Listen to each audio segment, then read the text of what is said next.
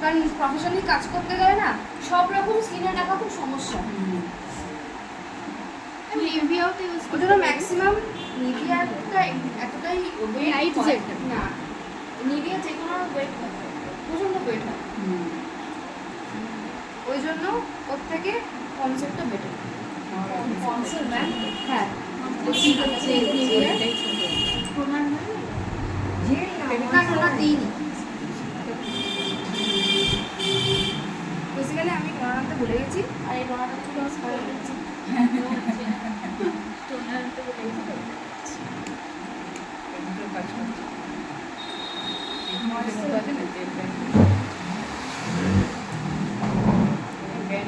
Toning এর basically কাজ হচ্ছে আফটার ক্লিনিং মুখটাকে হাইড্রেট করা, আদারওয়াইজ কোনো ফাংশন নেই। আর এই ময়শ্চারাইজার এমনি হাইড্রেট করে ফেসটাকে।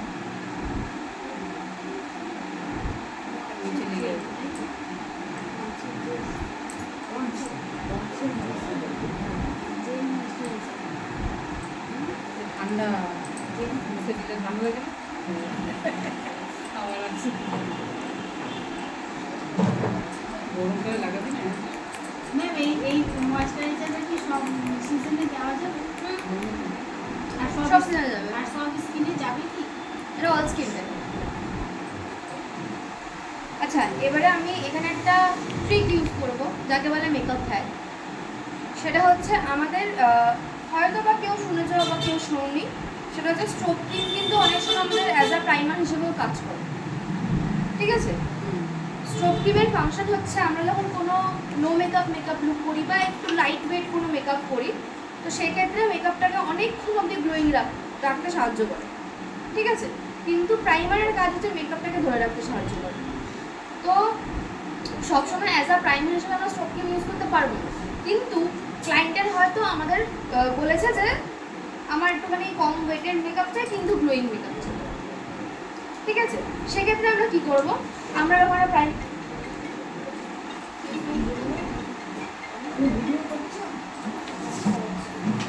যেটা বলছিলাম, তো তাহলে আমরা কী করবো, এরকম একটা প্রাইমার নেব, ম্যাট প্রাইমার, ঠিক আছে? ম্যাট প্রাইমার কেন নিচ্ছি, যেহেতু স্ট্রোক ক্রিম একটু অয়েলি বেস হয়, ঠিক আছে? স্ট্রোক ক্রিম কিন্তু ম্যাট হয় না, স্ট্রোক ক্রিম যা হয় সবসময় কিন্তু অয়েলিই হয়। তো ওই জন্য আমি একটা ম্যাট প্রাইমার নেব, ম্যাট প্রাইমারের সাথে আমি স্ট্রোক ক্রিমটাকে মিক্স করে লাগাবো।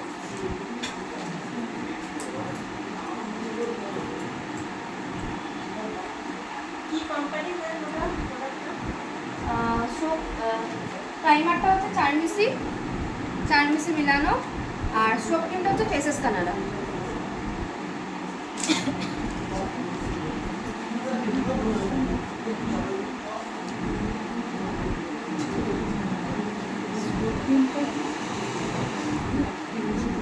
ম্যাট প্রাইমার তুমি অন্য ব্র্যান্ডেরও ইউজ করতে পারো, আমি এটা ইউজ করি কারণ এটা অনেকটা ওয়াটারপ্রুফ বেস দেয়, তাই জন্য। আমি আজকে একদম একটা সাবেকি লুক দেখাবো, খুব বেশি হেভি আমি কিছু করবো না, দ্যাটস ওয়াই আমি এখানে স্ট্রোক ক্রিম ইউজ করছি। কারোর মনে প্রশ্নও আসে না যে কেন স্ট্রোক ক্রিম ইউজ করলাম, যেখানে বললাম যে হালকা মেকআপে আমরা স্ট্রোক ক্রিম ইউজ করি।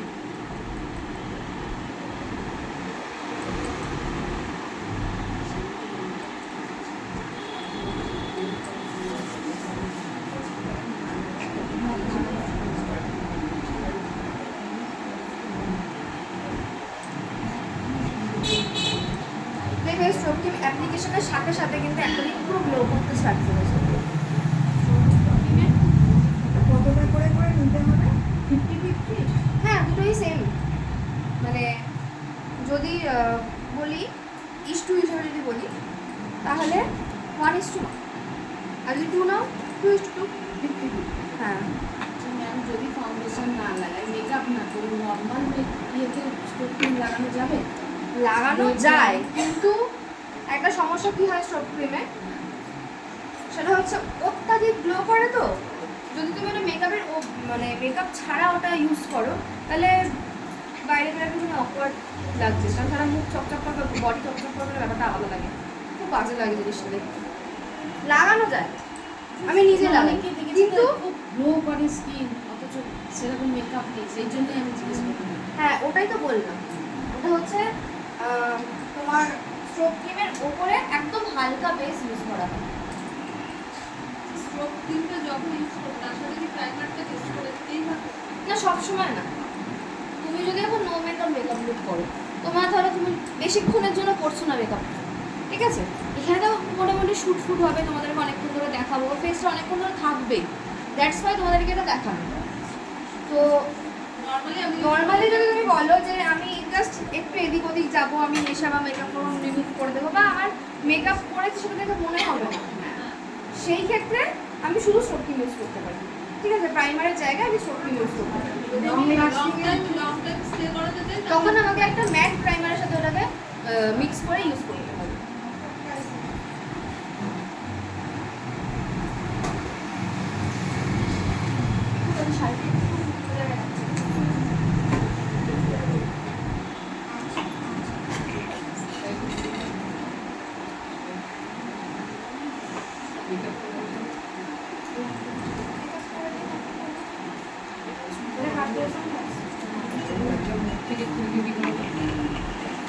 এরকম ভাবে বাড়ি চলে যাবো।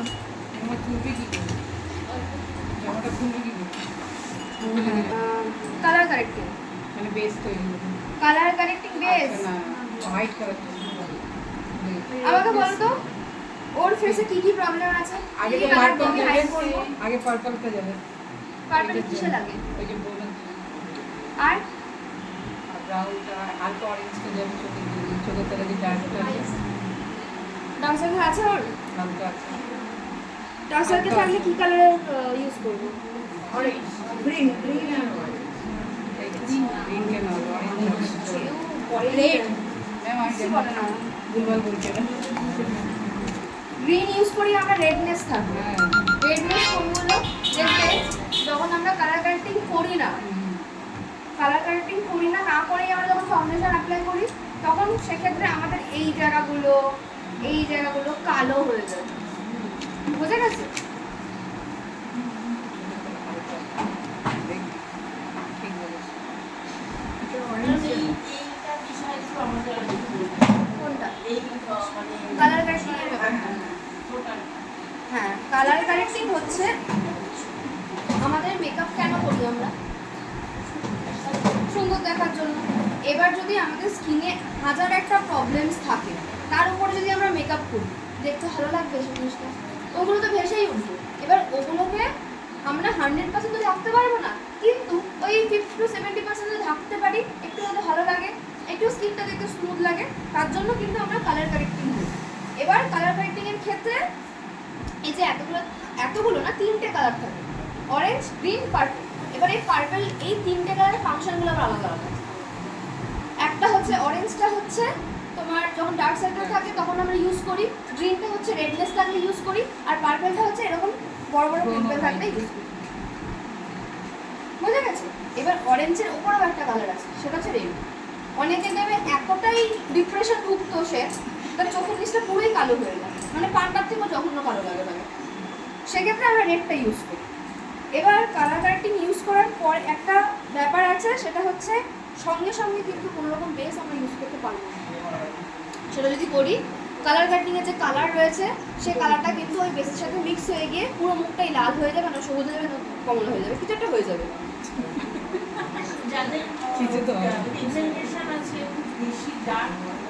পিগমেন্টেশন মানেই হচ্ছে তোমার রেডনেস, ওরকম। ওটাকে আমরা গ্রিন বা পার্পল দিয়ে কভার করতে পারবো, ওটাতে ওখানে আমরা অরেঞ্জ দেবো না। অরেঞ্জটা বা রেডটা কি ডার্ক সার্কেলের হ্যাঁ হ্যাঁ।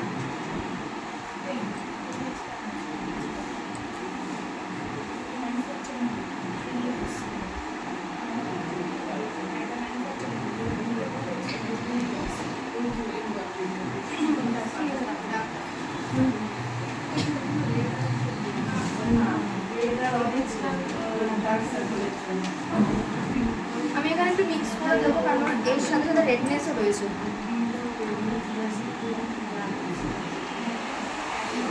দেখছো কি বললাম, শুনেছো? যে আমি এখানে পার্পল গ্রিন মিক্স করে দিচ্ছি, কারণ ওর এখানে রেডনেসের সাথে সাথে পিম্পল রয়েছে।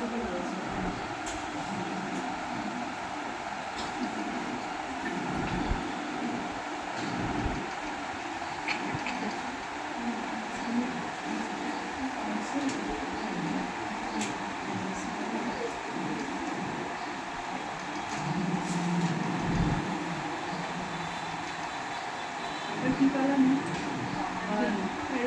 কার্পেট।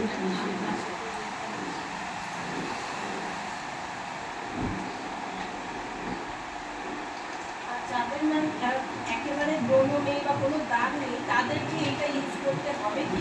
না, তাদের ক্ষেত্রে আমরা কোনো রকম কালার কারেক্টর ইউজ করবো না, কিন্তু যাতে বেসটা আমাদের স্মুথ লাগে, তাদের স্কিন টোনের সাথে যাতে ম্যাচ খায় এরকম কোনো একটা কালার দিয়ে আমরা কারেক্টিং করবো।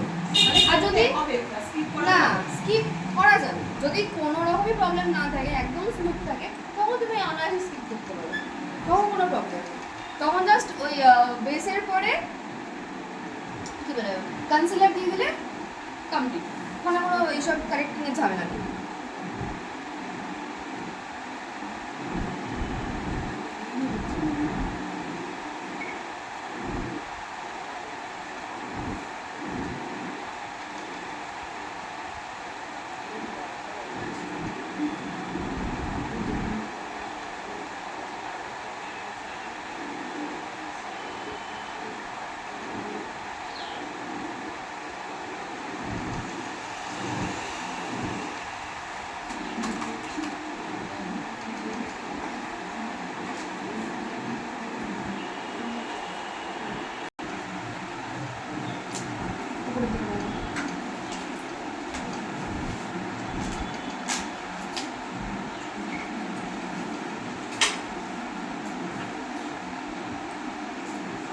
বেসিক্যালি এই কালার কারেক্টিংটা হচ্ছে kind of science.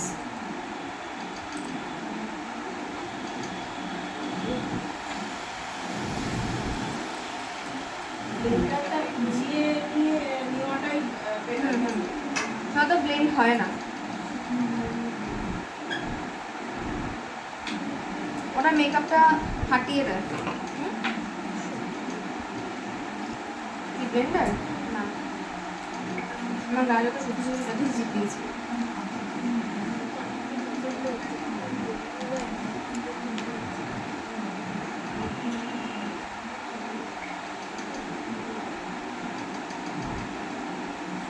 Colour correcting বলে কাউ তোমার আশ্বাস দেবে না যে পুরোপুরি 100% তোমার হাইড হয়ে যাবে, এটা কিন্তু হয় না। যে ফটোগুলো আমরা দেখি ম্যাক্সিমাম মেকআপ আর্টিস্টের যে ডেমোস্ট্রেশনে ম্যাক্সিমামটা কিন্তু এডিটেড, ঠিক আছে? না, ক্যামেরায় ফিল্টার কাজ করে না, ক্যামেরা ইনস্টাগ্রাম না, স্ন্যাপচ্যাটে হয়। ওগুলো কি থোড়ি করে না, hide করে দিচ্ছে? ওগুলো কি থোড়ি না তোমার ক্যামেরায় থাকে, ডিএসএলআর থাকে। টিপটাকে হাইড করে দেন। ব্লেন্ডারটা এবার- আমরা সঙ্গে সঙ্গে ভিজিয়ে কাজ করতে পারবো না, কয়েকদিন আগে ভিজিয়ে রাখবো? না, সেরকম কোনো ব্যাপার নেই, আমি তো এখনই ভিজিয়ে রাখি। মেকআপ Just প্রবলেম একটু ভালো করে ভিজাতে হবে যাতে এই নরম ব্যাপারটা চলে আসে, কারণ ব্লেন্ডার যখন ড্রাই হয়ে যায় তখন কিন্তু হার্ড হয়ে যায়। এই হার্ড ব্যাপারটা যখন কেটে যাবে অনায়াসে তুমি ব্লেন্ড করতে পারবে। সাথে সাথে ভিজিয়ে নিয়ে আমি করতে পারি। হ্যাঁ, আচ্ছা, আমার কালার কারেক্টিং হয়ে গেছে। এবার আমি এখানে আর কোনো মেকআপে এখন হাত দিচ্ছি না, মানে আমি বেসে যাচ্ছি না, আমি এখন যাবো আই মেকআপ। তার কারণ হচ্ছে ওর যেহেতু আইব্রোটা ফার্স্ট অফ অল শার্প করা নেই, ঠিক আছে? এবার ওটাকে আমাকে শার্প করতে হবে, তারপরে আমাকে আই মেকআপ করতে হবে। এই সমস্ত ক্ষেত্রে কখনো আমরা আগে আই মেকআপ আগে বেস করবো না, আগে আমরা আই মেকআপ করবো। তো এখানে আমার স্কিন প্রিপারেশন হয়ে গেছে, আমাদের কালার কারেক্টিং অবধি হচ্ছে আমাদের স্কিন প্রিপারেশন, ঠিক আছে? তারপরে ফাউন্ডেশন থেকে আমাদের বেস স্টার্ট হয়। তো স্কিন প্রিপারেশনের পরে আমাদের অনেকটা টাইম আমাদের ওয়েট করতে লাগে, তো সেই ওয়েটের টাইমটায় আমরা আই মেকআপটা কমপ্লিট করবো।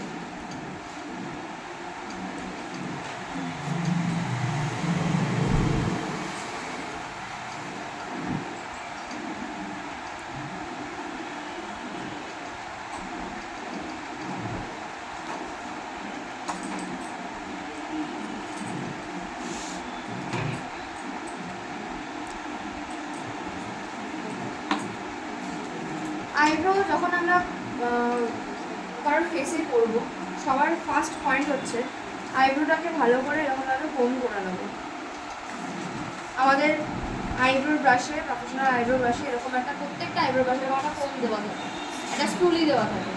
বেসিক্যালি বলে কোম, কিন্তু আমাদের বোঝার জন্য যদি এটা ঘোরানো একটা ব্যাপার থাকে, তাই জন্য এটাকে স্টুলি বলা হয়।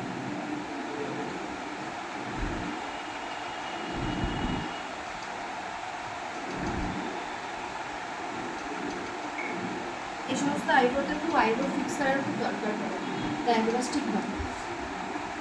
আইব্রো ফিক্সার আমার কাছে নিতে নেই।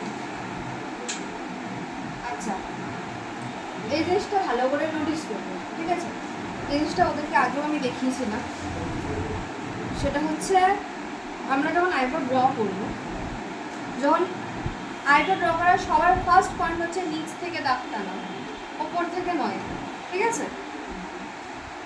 আমরা ওপরে তুললাম হেয়ারগুলোকে, দেন নিচ থেকে দাগ টানলাম,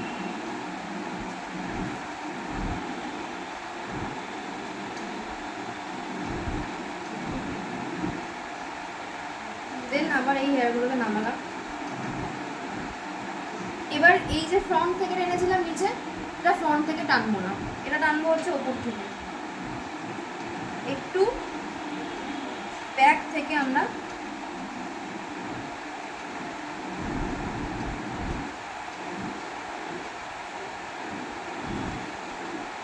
একজন উঠে এসে অপোজিট আইব্রোটা করবে, ঠিক আছে?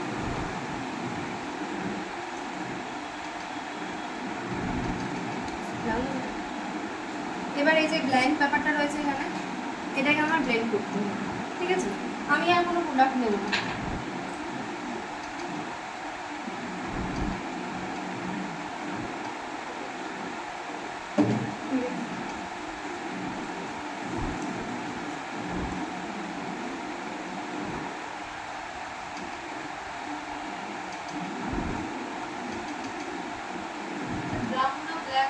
এটা ব্রাউন আছে, যেহেতু আইব্রোটা প্রপারলি ব্ল্যাক, তাই আমি এখানে কোনো ব্ল্যাক ইউজ করবো না।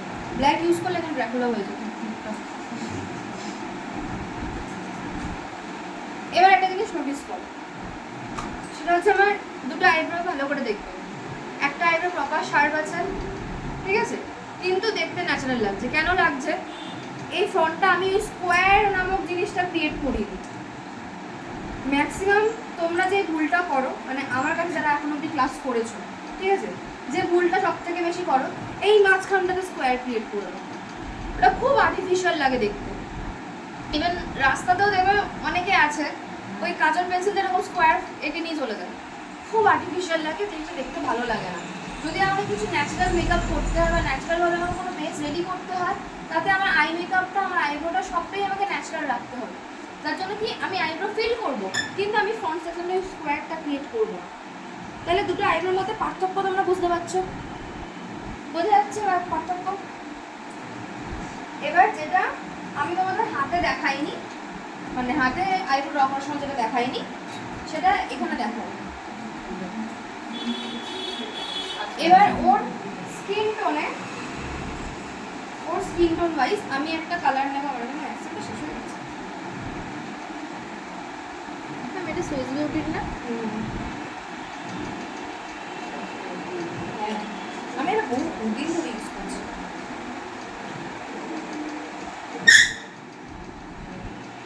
আমি এটা কিন্তু কনসিলার, ঠিক আছে? যখন একদম স্কিন টোনের থেকে একদম লাইটে চলে যাবে ওটা কনসিলার হয়ে যাবে, একটু ডার্কে চলে যাবে ওটা কন্ট্রোল হয়ে যাবে, আর কালার মানে তো কালার প্যালেট।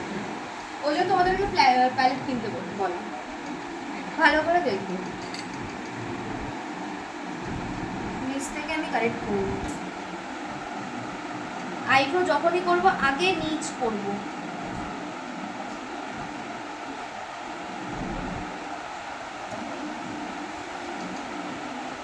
এবার ওর যে এক্সট্রা আইব্রোগুলো আছে ওগুলোকেও কনসিলার দিয়ে হাইড করবো।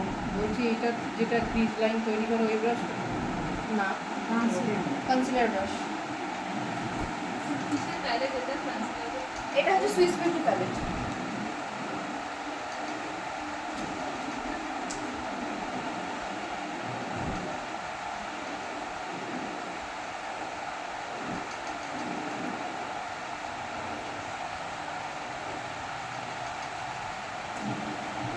হেয়ারগুলোকেও কিন্তু আমার হাইড করতে হবে, আমাদের মোটা করে নিতে হবে।